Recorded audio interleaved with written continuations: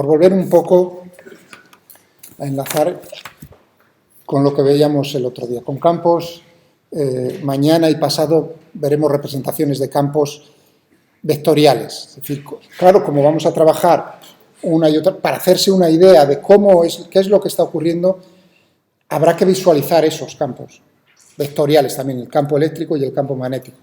Entonces veremos qué herramientas, en particular las líneas de campo, ¿no?, va a ser nuestra ayuda. Eso nos permitirá ver, entre comillas, cómo se están creando esos campos. Pero bueno, antes de eso, vamos a ver un poco o preguntarnos qué es lo que hacíamos el otro día con las representaciones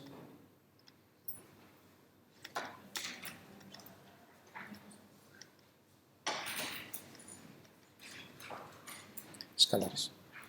Recordad, aquí no lo he dicho, no lo he recordado, lo que dije la semana pasada, en general son tridimensionales, pero ya visteis que a la hora de hacer representaciones de campos, escalares y vectoriales, ahí ya, digamos, reducíamos las dimensiones por comodidad, pues por ejemplo de 3 a 2, entonces hablábamos de campos escalares bidimensionales, ¿no?, cuando decíamos,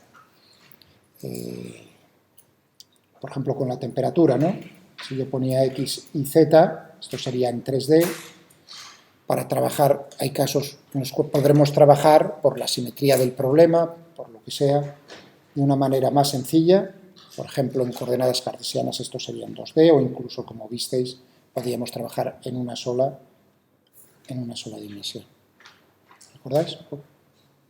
Bueno, en campos vectoriales tendremos exactamente lo mismo. Podremos reducir a 2 dimensiones, siempre que sea posible, intentaremos hacerlo en 2 dimensiones, por supuesto. Bueno, entonces teníamos lo siguiente, teníamos un tipo de representación que era muy útil, que era una representación que eran en 2 dimensiones, en 2D, teníamos líneas o curvas de contorno.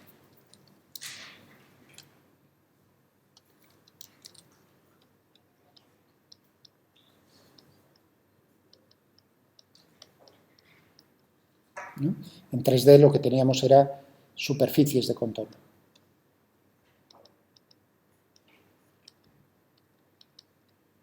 ¿Recordáis cómo se creaban? Vamos a abrir aquí ya.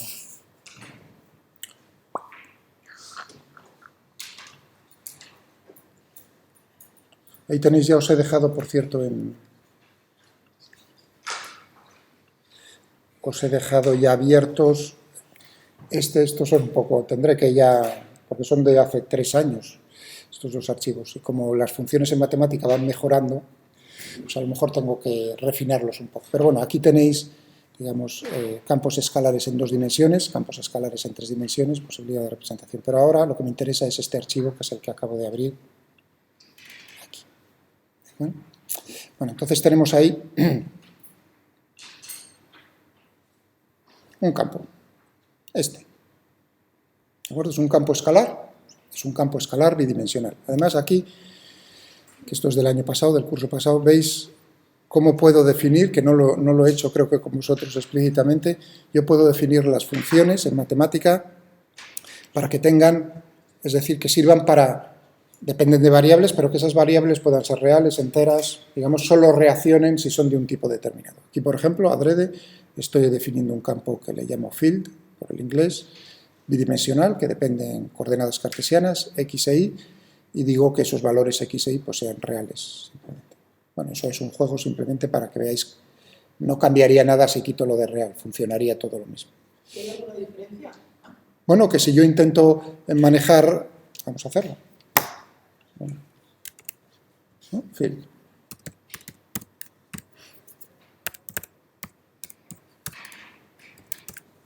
¿No?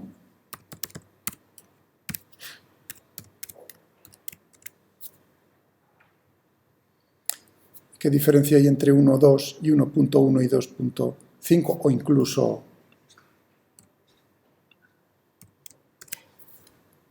el punto en que 1 y 2 son enteros. Mientras que 1 punto, si es 1.000, eso es real, es un número real. ¿Entendéis? Entonces solo ha reaccionado, como veis, el campo cuando yo le pongo valores que son reales y no son enteros. Y ahora uno se pregunta, ¿y por qué puede ser útil eso? Bueno, puede ser útil porque tú puedes a lo mejor poner varias definiciones diferentes si son enteros o si son reales. O sea, yo podría definir field con el mismo nombre, ahora poner x-integer, plus, y entonces poner otra definición que sea diferente. Y entonces, dependiendo de qué números le estés metiendo, si son enteros o reales, te estaría dando el valor correspondiente al que tú quieres, correcto. O sea, ahora mismo la razón, pues, uno diría, qué tontería, no lo necesito, es cierto, tienes toda la razón. ¿Vale? Muy bien. Y aquí tenemos pues, la representación por línea de contornos, como estáis viendo. Simplemente una más. Entonces, el asunto ahora es, y que me va a ayudar un poco a ver, estuve pensando, digo, a ver cómo les meto un operador, a ver si lo más bonito posible, un operador sobre campos escalares, pues, sin que ellos lo noten. ¿Vale? Cojámonos la representación gráfica que siempre es bonita. Y ahora uno, como os dije el otro día, ahora uno se pregunta, anda la Mari, ¿cómo ha calculado el ordenador estas curvas? Son curvas, ¿no? Las que tengo aquí. Pues estamos en el caso más sencillo. Si no, tendría que ser superficies, pero me voy a quedar en el caso bidimensional. O la pregunta, si yo tengo papel y boli y es un examen o un ejercicio, ¿cuál es y la pregunta es, calcúlame, hállame la forma de la curva de contorno correspondiente al valor de la función field 0,5. A ver qué valores tienen, por cierto, aquí. Esta sería 0, por ejemplo. ¿Entendéis la pregunta? Es decir, la forma matemática, determinar la forma matemática de esa curva. ¿Habéis entendido la pregunta? Es lo que está haciendo el ordenador, por supuesto. No creáis, de alguna manera tiene que trazar curvas, ¿no? No lo va a trazar así. Entonces, ahí viene lo bonito digamos, de la programación que viene por detrás, como lo han hecho. Y aquí en este archivo lo que tenéis es, digamos, un poco qué es lo que hay detrás. Vamos a hacerlo a mano y a máquina.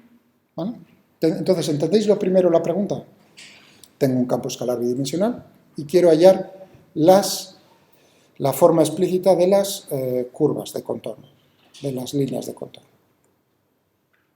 Bueno, pues vamos a ver qué notación utilizo.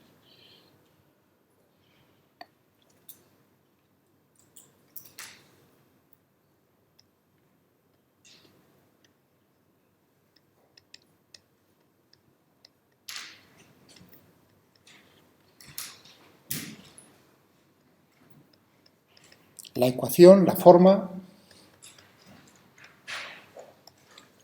de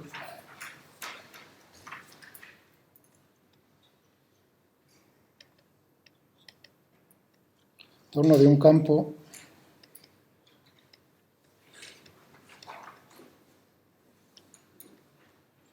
dimensional que voy a utilizar F, voy a utilizar la letra F.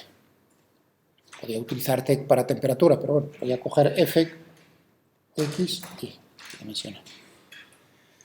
¿De acuerdo? Es decir, que yo tendría en general, la forma, voy a trabajar en general con F, luego sería el asunto de ver cómo es F, por ejemplo, lo que tengo ahí dentro. Tendríamos aquí coordenadas cartesianas, ¿no? X e Y, y la cosa pues sería ver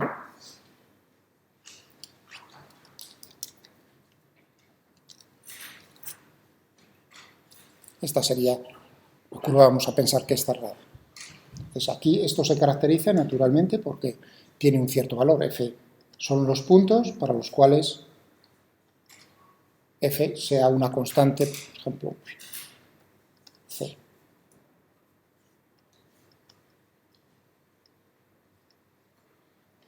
¿De acuerdo? Uno diría, bueno, ya lo tienes y tiene razón.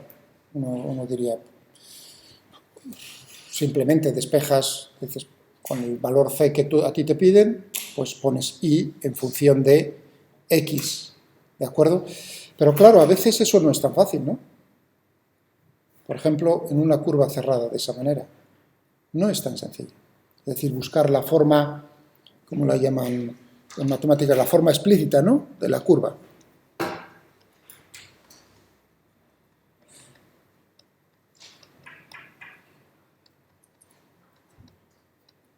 La curva. A lo mejor no es posible o no es inmediato. Entonces, yo lo que voy a buscar es centrarme en el problema de cómo puedo hallar la forma paramétrica.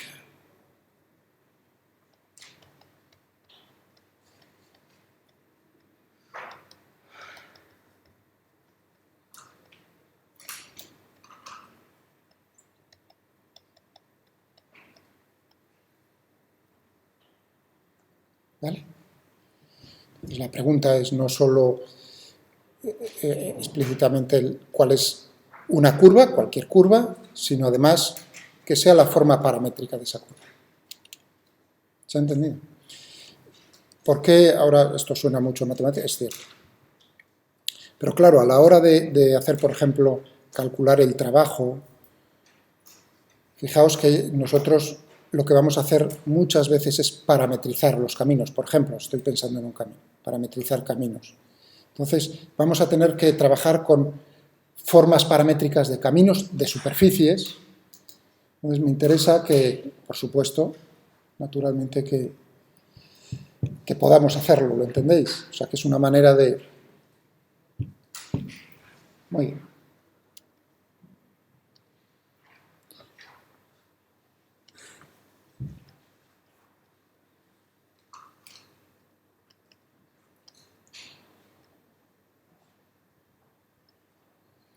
En todos los puntos x e y tenemos definido f de x y. Y ahora el asunto es, primeramente, para poder llegar a esto. Yo me pregunto, oye, si yo estoy en un punto, por ejemplo aquí, ¿de acuerdo? En ese punto.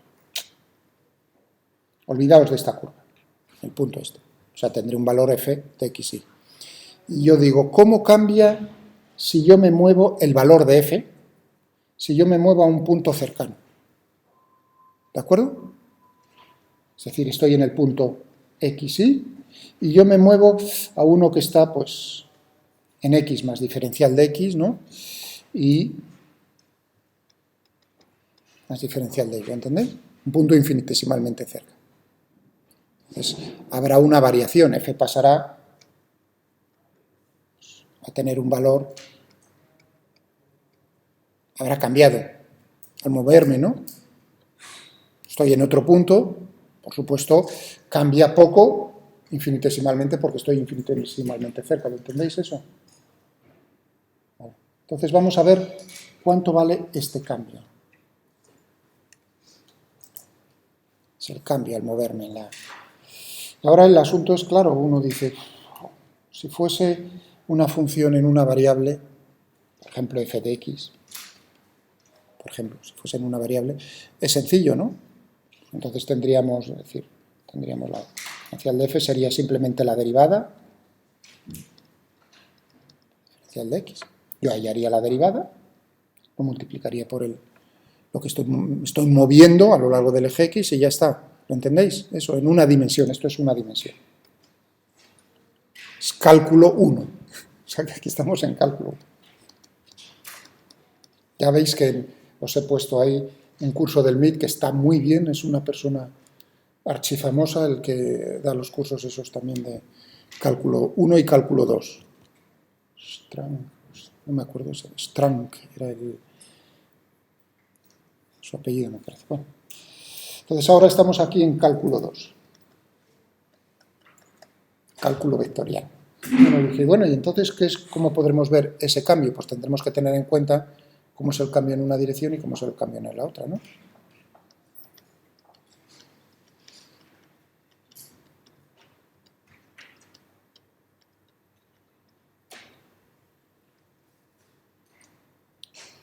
Y ahí viene un poco, os recuerdo lo que vimos en Física 1, que utilicé yo a la hora de lo de las medidas, como los errores en las medidas. Entonces os dije, bueno, cuando una medida indirecta, errores en medidas indirectas que dependen de medidas directas, de varios parámetros, entonces os dije, bueno, pues vamos a enseñaros a derivar, a hacer derivadas parciales, cuando una cosa depende de más de una variable. Entonces, aquí es lo que me está apareciendo, esto es la derivada parcial. Que es tan sencillo, tan chupado, como que lo otro es constante. Derivo con respecto a x, considerando que y es constante. Y esta es la derivada parcial. Ya veis, las ds curvas, derivada parcial con respecto a y. La derivada primera. Luego vienen las derivadas segundas con respecto a x dos veces, a y dos veces, a x y a y, y esas cosas que veis acá. Bueno, entonces tenemos uno dice, anda, pues genial, tengo aquí una cosa, anda, esto me suena a... ¿no? Es esto, así. Esto es el cambio que se produce al moverme es este. Pero lo puedo expresar de una manera vectorial, que sería este cambio, fijaos que es un escalar esto, lo puedo poner como un producto escalar. Producto escalar de un vector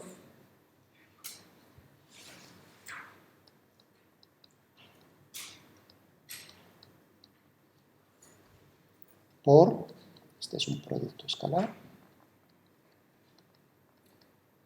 por un vector que es, ¿estamos de acuerdo?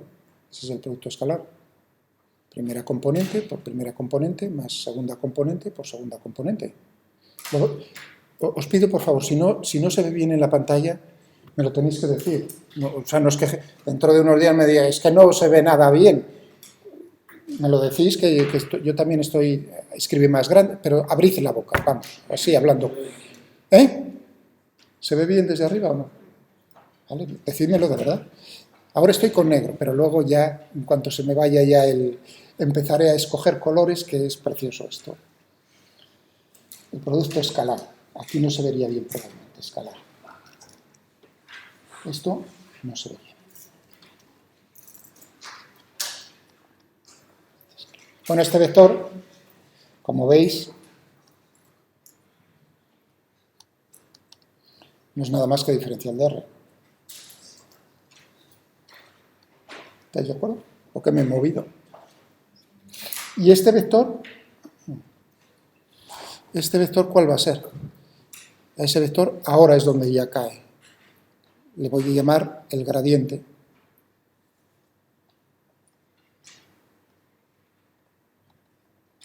Gradiente del campo escalar F. Ahí estamos, fijaos, antes os dejé caer un operador que era integral de camino. ¿De acuerdo? Ahora os estoy dejando caer un operador que es diferencial en derivadas. Es decir, que nosotros podemos, por lo mismo que en cálculo 1, integrar y derivar. Entonces se habla de operadores integrales y operadores diferenciales. Olvidaos de la palabrería. ¿Estoy derivando o estoy integrando? En este caso, claramente estáis viendo que son derivadas, ¿no? Entonces este es un operador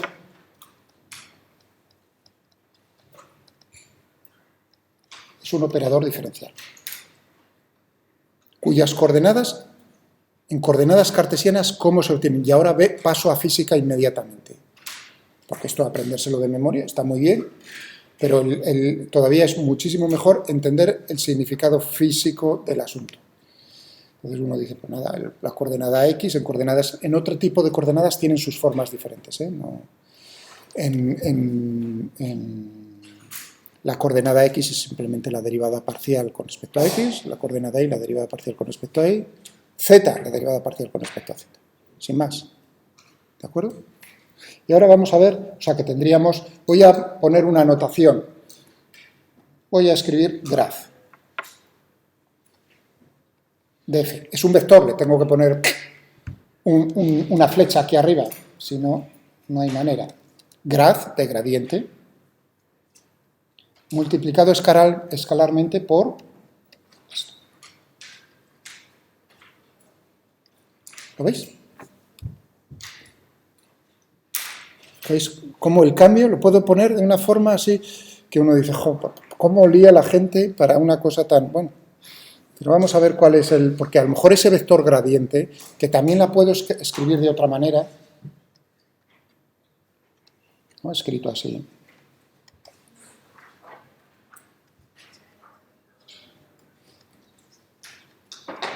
Lo puedo escribir también como el operador nabla o del, un triángulo puesto de punta.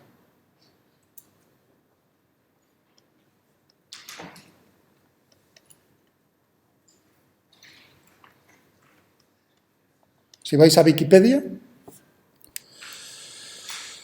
vamos a ver.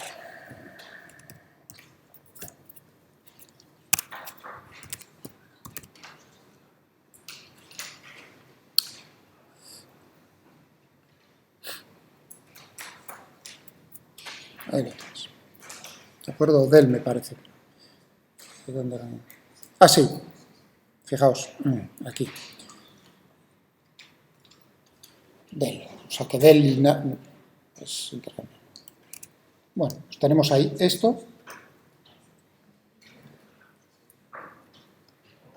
Y así nos vamos acostumbrando un poco a la notación, porque esta notación sí es importante. Muy bien. Podéis utilizar con letras o de la otra manera, como queráis. Muy bien, y entonces ahora significado físico.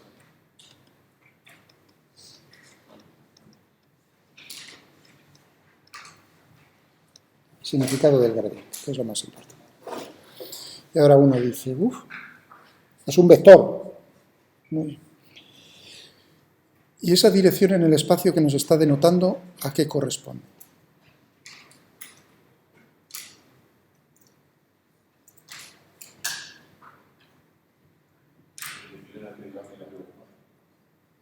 Perdón, ¿la dirección en la que cambia? No. Fijaos, no es correcto. Porque FK aumenta o disminuye en muchas direcciones del espacio. Ahí ya vamos. Lo de más rápido, a eso ya se lo doy como bueno a vuestro compañero. En la que es máxima el cambio. Máximo, más rápido, ¿qué más da? Pero uno lo entiende, ¿no? Es decir, ¿y eso cómo se demuestra? Es decir, pues claro, fijaos, si yo me pregunto, para que todo esto sea máximo,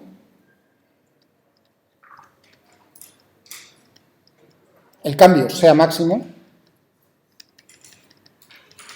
a igualdad, fijaos que yo me muevo la misma distancia, es una distancia infinitesimal, a igualdad de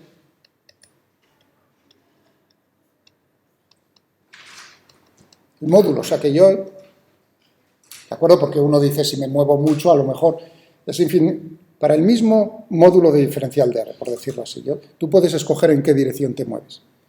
Y ahora uno dice, ¿en qué dirección este cambio será máximo? Hombre, uno está pensando en el producto escalar. Tendremos módulo de uno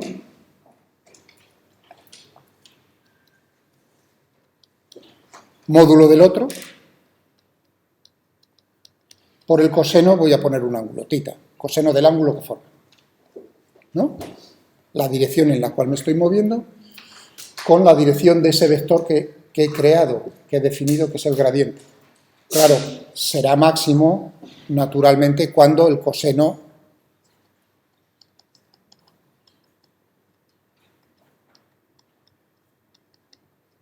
sea igual a 1. Uno podría pensar, bueno, y cuando vale coseno de tita menos 1, ahora es donde viene el significado de hacia dónde estás apuntando, ¿de acuerdo? Cuando el coseno de tita es 1, te estás moviendo creciente, está creciendo el valor. Diferencial de lo que está cambiando el campo escalar es positivo, ¿no? Módulo de uno, módulo del otro, por 1, positivo. Por lo tanto, cuando el gradiente es, fijaos, la dirección en el espacio en la cual el campo cambia más rápidamente, vamos a utilizar, perdona, tu nombre era, Fraile es tu apellido, ¿no? Pero tu nombre era, perdón, Sergio, gracias. Más rápidamente y creciente, ¿de acuerdo? Bien, veremos cómo a veces nos interesa más el sentido contrario, pero ahora mismo es eso. Genial. Y ahora, ¿cómo esto me ayuda a lo de las líneas de contorno? ¿Se ha entendido, digamos, lo del gradiente? Es muy importante. Sabía, yo tengo en la cabeza, algo se te está olvidando, Miguel. Hemos hablado de la dirección. Y bueno, en su módulo, por decirlo, ¿qué idea te está dando, qué información te está dando el módulo del gradiente? Ahora pensad en la temperatura, que es muy bonito. Es decir, aquí en el aula, donde el radiador se estará calentito, y lejos del radiador, por ahí arriba, estará bastante más frío. Entonces nosotros, es un campo escalar, la temperatura. Podemos hablar de cómo es el gradiente de temperatura. El módulo, el vector gradiente, módulo del vector gradiente, lo que te está diciendo es cuántos grados por unidad de distancia está cambiando la temperatura. Es decir, varía la temperatura en el espacio, pues por ejemplo, 5 grados por cada metro que te estás moviendo. En la dirección del gradiente, naturalmente. En el caso de f, pues depende de cuál es el significado físico de f, pues diríamos cuánto está cambiando por unidad de longitud esa magnitud física. Ya se me olvidaba eso y también es importante. ¿Vale? Y ahora volvamos, para terminarlo un poco así, que podáis entender el archivo. Ahora uy. Ostras, se me ha bloqueado, ¿no? Mierda.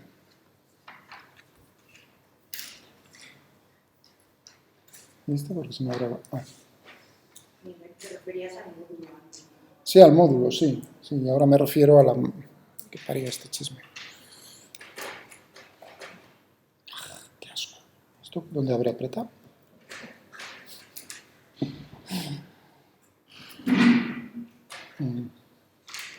Pues no lo sé, sinceramente.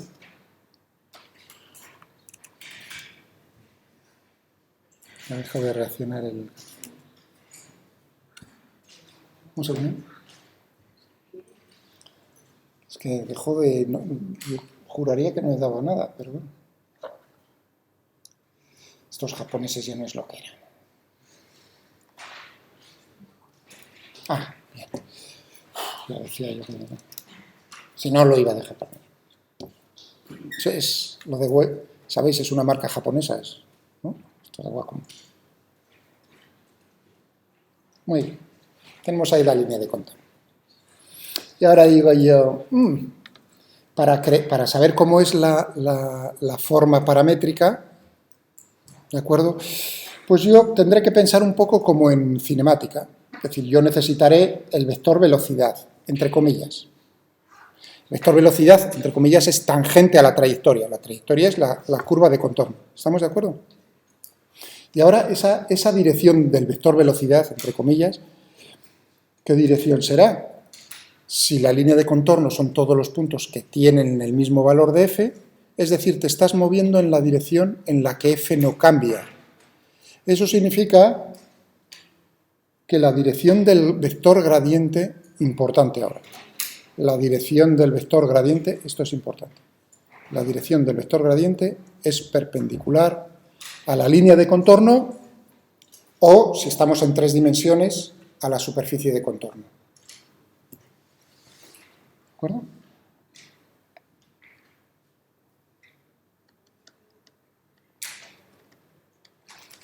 Es perpendicular a la línea o superficie, si estamos en 3 dimensiones, en todos los puntos de la superficie o de la línea. ¿De acuerdo? Muy bien. Yo he dicho que este vector pues es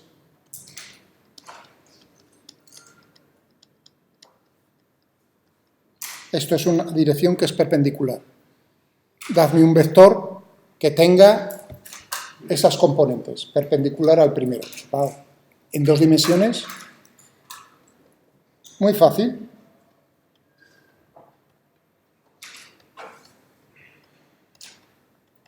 Lo del signo podría ser este aquí o este allá, me da igual. Sería apuntar en un sentido o en el otro, ¿lo veis? Si yo multiplico escalarmente este por este, ¿cuánto me da? Este vector. Lo multiplico escalarmente por este, ¿cuánto me da? 0, ¿no? Eso quiere decir que ese vector o bien apunta en un sentido, si el gradiente va así, en un sentido o en el otro. Es decir, que ya tengo para mañana con vosotros en el aula y para pasado, en el aula de informática, que podéis ir echando si queréis al archivo un vistazo, ya tengo el vector velocidad, entre comillas, para poder trazar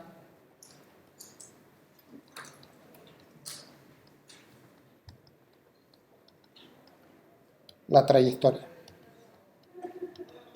Es decir, la línea de contorno.